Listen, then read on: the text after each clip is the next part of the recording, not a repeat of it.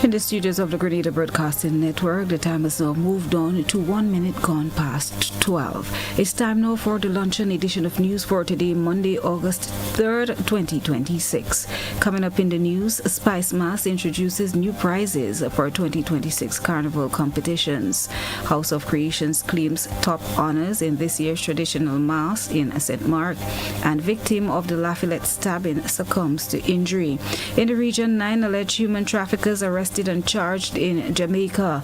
On the international front, Iran denies Trump's claims that new talks will begin on Monday. And in sport, West Indies eye history against Pakistan. We have details to these and other stories when we return. The first segment of the news comes to you compliments Brighton and Miners.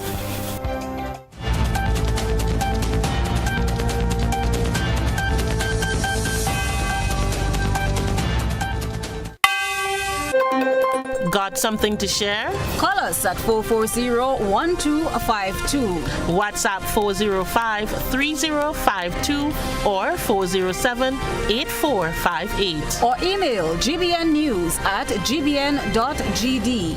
GBN News, first, accurate, voted #1. Joining us with the details, I am Christlina John. Francis Rennie, 25, of Pearl St. Andrew, who sustained a stab wound to the abdomen during an incident at the Lafayette Jab launch on Sunday, July 12th, has succumbed to his injury.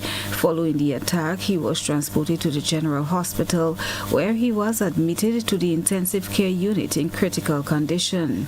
There he spent almost 3 weeks in hospital before his passing. Despite receiving medical treatment, Mr. Rennie succumbed to his injuries on Saturday, August 1st, 2026.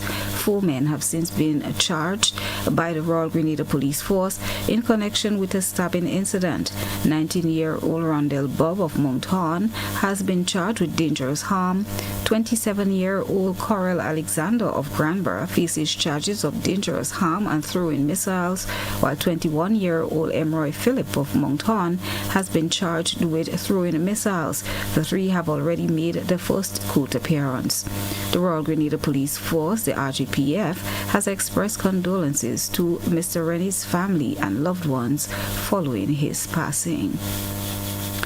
In a major boost for Grenada's 2026 Carnival, Spice Mass Corporation has revealed new cash awards for top performance in this year's Soca and Groovy Monarch competitions. Thanks to ACB Grenada Bank, $5,000 will be awarded for the best opening video in the Soca and Groovy categories. Additionally, the bank is also offering a $10,000 prize for the winner of the highly anticipated road march competition, bringing the total prize pool to $15,000. Organizers say these new prizes highlight ACB Grenada Bank's commitment to supporting Grenadian culture and enhancing the Spice Mass Festival experience. House of Creations is the overall winner for the 2026 Traditional Mass Festival, held on the weekend in St. Mark. The bands paraded through the streets, making their way past 2 official judging points, where they were assessed on their creativity, presentation, and overall performance. The event showcased the rich cultural heritage of Grenada and highlighted the enduring appeal of traditional mass. Emerging as the overall champion was House of Creations, capturing the title with an impressive 553 points. Hermitage Shortney secured second place with 517 points, while Demonic Angels rounded out the top 3 with 506 points. In the Shortney category, Hermitage Shortney walked away with first place honors. House of Justice claimed second, while City Rebel finished in third. The Wild Indian category saw St. Patrick Apache taking the top spot, followed by Grenada Skywalkers in second place. St. Patrick African Warriors completed the winner's circle with a third place finish. Speaking to Minister for Culture Adrian Thomas immediately after the event, he expressed his satisfaction with the level of participation. Well, traditional mass has always been one of my favorite carnival activities. And when I came up here today and I saw so many children involved in traditional mass, I feel so happy. And I feel that Grenada traditional mass is in safe hands. And we have to thank Spice Mass Corporation for really getting the young people and supporting them to make sure that traditional mass survive. What I would like to see though, and I think we have to work on that, is to get traditional mass to be featured more in the carnival period, especially in the last week. I think that having them just 2 weeks before, a lot of people, especially the people visiting Grenada, will be deprived of seeing something that really and truly the world do not have to see. But all in all, I think traditional mass is in safe hands. With a number of visitors to the island, he is optimistic that this year's carnival will be another safe and successful one. September 2025, all the hotel rooms were booked out in Grenada, Carriacou and Petit Martinique, and I believe that a lot of foreigners, a lot of people coming home to their friends and the family have been throughout the length and breadth of Grenada, Carriacou and Petit Martinique. So this is a plus, and Grenada Carnival continues to grow and grow and grow. Really and truly encouraging the people to really and truly let us have a clean carnival, a crime-free carnival, accident-free carnival. Grenada is well known for its hospitality, and I think we have to live up to that. And we have been able to showcase that throughout the world. Chief Executive Officer at the Spice Mass Corporation, Tisha Noel Grant, was also at the event. I am rather pleased to see the turnout today. The spectacular traditional mass. It shows me that the tradition continues and it lives on. And so I want to thank the committee who have ensured that this happening today happened. They did a wonderful and splendid job. So I want to say to the committee, thank you. And to each and everyone who is here today, we say thank you to all of our ministers, our Prime Minister. We say thank you for gracing us with your presence. And so traditional mass is indeed living on. The annual Traditional Mass Festival continues to be one of the highlights of the St. Mark Festival calendar, preserving Grenada's cultural traditions while providing a platform for our communities to showcase their ancestry, history, and pride. And finally, on the local front, Grenada's senior resident ambassador, Dr. Richard A. Nixon, will join business and government leaders from across Africa and around the world at the 4th DLO African Women in Leadership AWIL Summit in Johannesburg, South Africa, from August 6th to the 8th, held under the theme Connecting Capital to Opportunity Across Africa. The summit will bring together investors, policy makers, entrepreneurs, development finance institutions, and private sector leaders to explore opportunities in investment, infrastructure, entrepreneurship, and economic development. Ambassador Nixon, who also serves as chairman of the Grenada Investment Development Corporation, the GIDC, and ambassador designate to the African Union, is expected to share Grenada's perspective on investment promotions, economic diplomacy, and strengthening commercial partnerships between Africa and the Caribbean. His participation reflects growing efforts to expand trade and investment ties between the two regions, particularly in sectors such as renewable energy, tourism, agriculture, education, digital innovation, and entrepreneurship. Founder and convener of the DLO African Women in Leadership Summit, Linda Olagunju, welcomed Ambassador Nixon's participation, saying the event aims to create meaningful business opportunities for women-owned entrepreneurs by connecting them with investors, strategic partners, and new markets. She added that the summit will help foster stronger business collaboration and investment between organizations in Africa and the Caribbean. Hosted by DLO Energy Group in a partnership with the United Nations South Africa, the summit is expected to attract senior government officials, multinational cooperation, investors, and development finance institutions committed to promoting entrepreneurship, investment, and inclusive economic growth across the African continent. On this note, we end the first segment of the news, which came to you compliments Braden and Miners. Do stay with us for your regional highlights.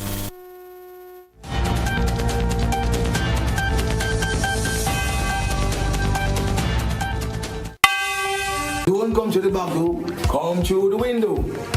Wednesday, please love you outside. Talk your number 8, talk fans just come out. And they make him out on you. Fish the thing, watch out.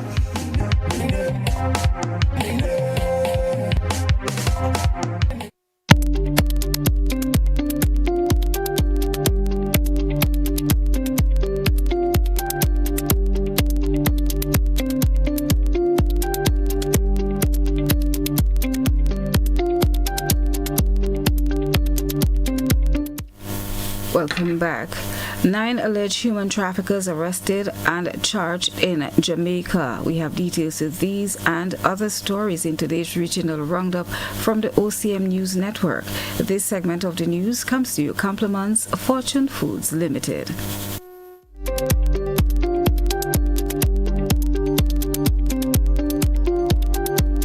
It's me, people, thank God. My big up Spice up there, you don't know. Big up GBN. First thing you don't know, Wednesday coming this competition, the 5th, I will be there. People bring out their crew, bring out their fans, support. You don't know, Tasha, I'm fed up. You send me in a pink house, I'm fed up. You send me in a graveyard, I'm fed up. You send me in a prison, I'm fed up. I'm fed up. Or what I do for Tasha, or what I buy for Tasha.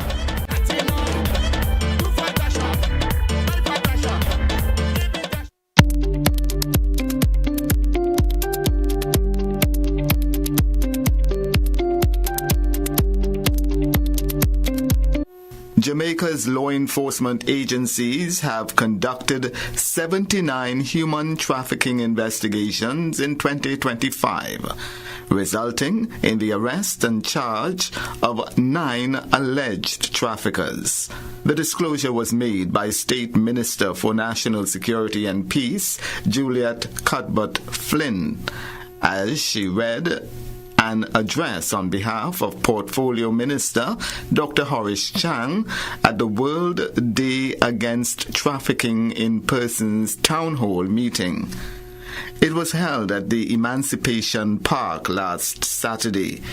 According to Dr. Chang, the government regards trafficking in persons as not only a violation of human rights, but also a serious transnational organized crime, which requires a comprehensive response.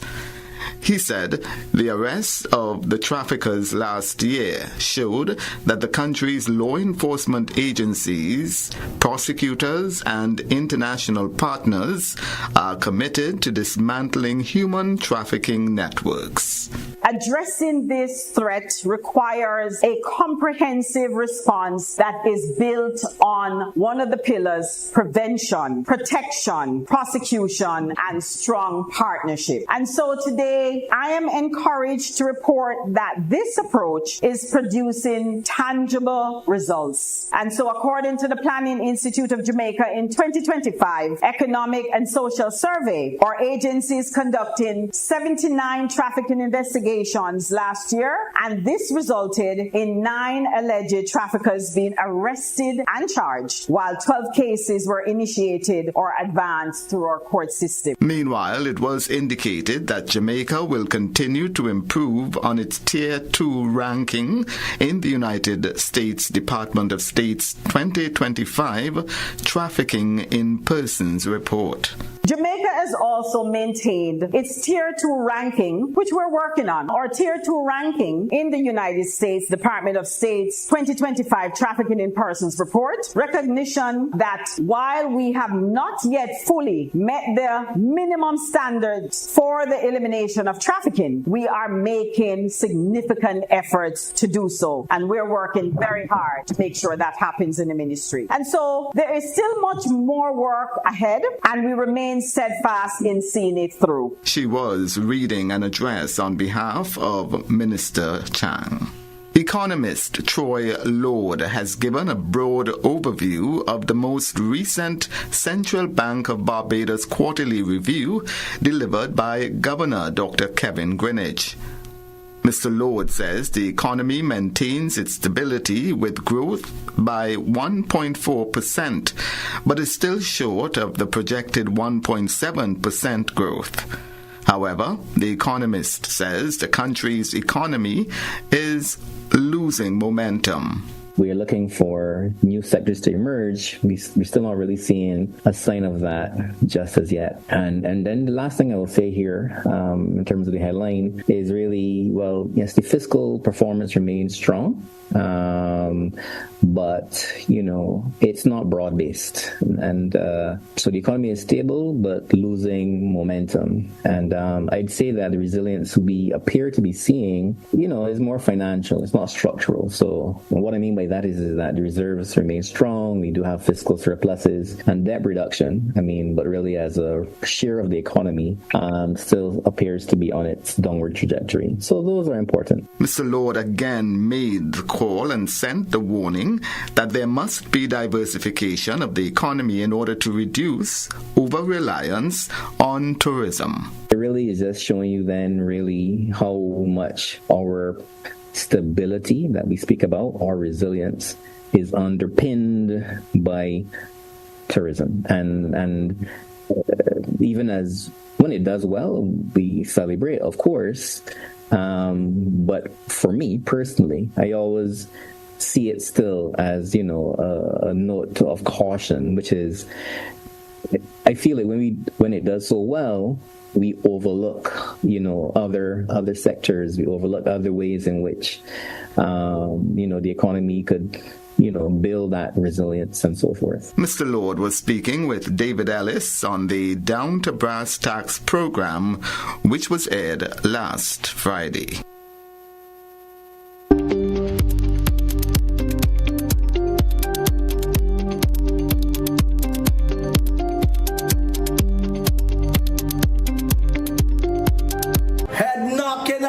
What you say one for this carnival? Heights. What you know boy Baba shot some ganja roots? Heights. This is your boy Akeem singing the number 4. Coming this Wednesday. Continue our numbers from the Esplanade. This one is gonna be a movie. Heights. Love and those.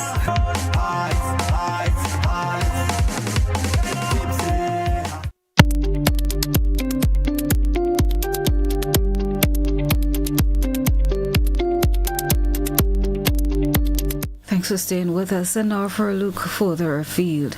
Hungary has announced it will shut down its only nuclear power plant after record low levels of the Danube River reduced the water available for cooling its reactors. Prime Minister Peter Magyar says the Pax nuclear power plant in central Hungary would be powered down on Sunday, the first full shutdown in its 44-year history. The plant supplies nearly half of Hungary's electricity. Here are some details. There's 4 reactors in that power plant at Pax, and they need the water from the Danube to cool the reactors so they can function. So last week they were operating at around a 10% capacity. That is very, very serious. As Prime Minister Peter Magyar said, the next 5 days are going to be crucial. He has asked some of the major companies to reduce their consumption. Iran has denied Donald Trump's claim that new talks on ending the conflict would begin on Monday after the U.S. president called off what he said would have been massive strikes on the country. Speaking on board Air Force One on Sunday, he said Iran knew the extent of the attack because they saw it forming, adding, "We're talking to them in the form of a negotiation. It begins tomorrow afternoon." In an earlier post on Truth Social, Trump said he had been asked by Iran and the U.S. allies in the Middle East to hold off as the parameters of a deal had been agreed. But on Monday, Iran's foreign minister denied they were negotiating with the U.S. or that there were any plans to do so. And that's your international outlook. Do stay with us for your sporting highlights.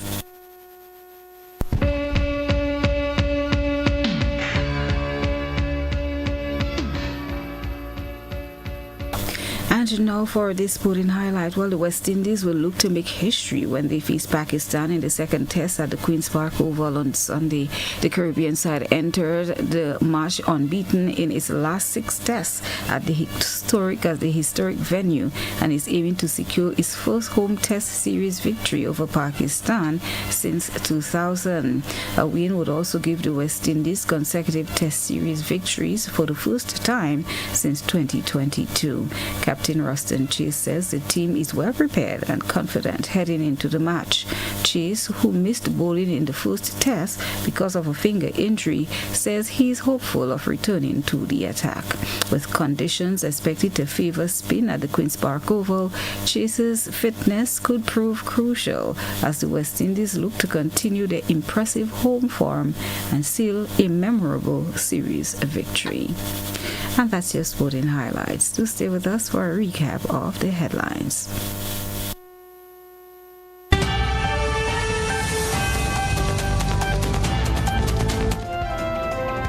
Recapping the headlines that made the news today, Spice Mars introduces new prizes for the 2026 Carnival competitions. House of Creation claims top honors in this year's traditional mass in St. Mark. And a victim of the Lafayette stabbing succumbs to injury. In the region, 9 alleged human traffickers arrested and charged in Jamaica. On the international front, Iran denies Trump's claim that new talks will begin on Monday. And in sport, West Indies eye history against Pakistan. This has brought us to the end of the luncheon edition of News for today, Monday, August 3rd, 2026.